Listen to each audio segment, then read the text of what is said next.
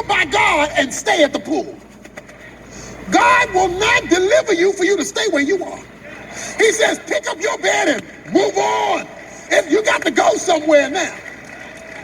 When God comes through for you, the reason he delayed is because he wanted to wait till you were ready for the inside and out. And he'll wait 38 years if he has to, until you give him permission to make you whole. But when he makes you whole, get up and get on with it.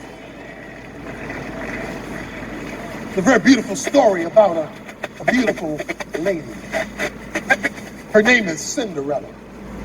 But Cinderella was made to feel ugly. See, she lived with a wicked stepmother and two equally wicked sisters. She was locked into a situation for a long time that she could not get out of. But lo and behold, one night there was a ball.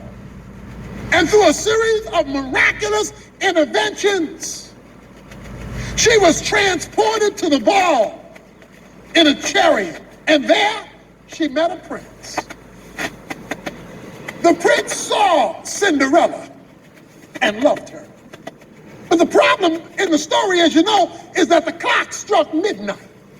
She reverted back to her old ways. She became a slave again to her evil stepmother and her evil stepsister. But the good news of the story is the prince never forgot Cinderella. Oh, there were a whole lot of folk at the ball. But there was something about Cinderella. And he spared no effort to find Cinderella. There was a shoe left behind. He said, I need to find the foot that fits this shoe. And when I find the foot that fits this shoe, I will have found Cinderella.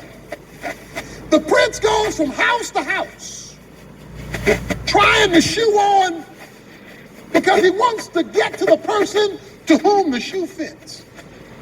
He finally comes to Cinderella's house, puts the shoe on her foot, and he has found her. He gives her a kiss. And you know how the story ends. It says, and they lived happily ever after. A lot of us are living like Cinderella. We're living as slaves under the world, the flesh, and the devil.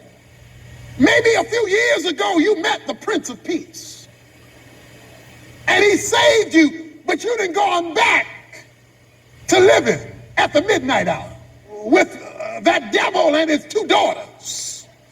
And they have you trapped in slavery. Like this certain man, Jesus knows where you are. And he knows how long you've been there.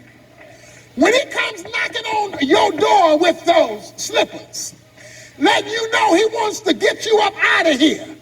He don't just want to bring his money to you, his castle to you, his chariot to you. He wants to take you up out of there and let you go live with him.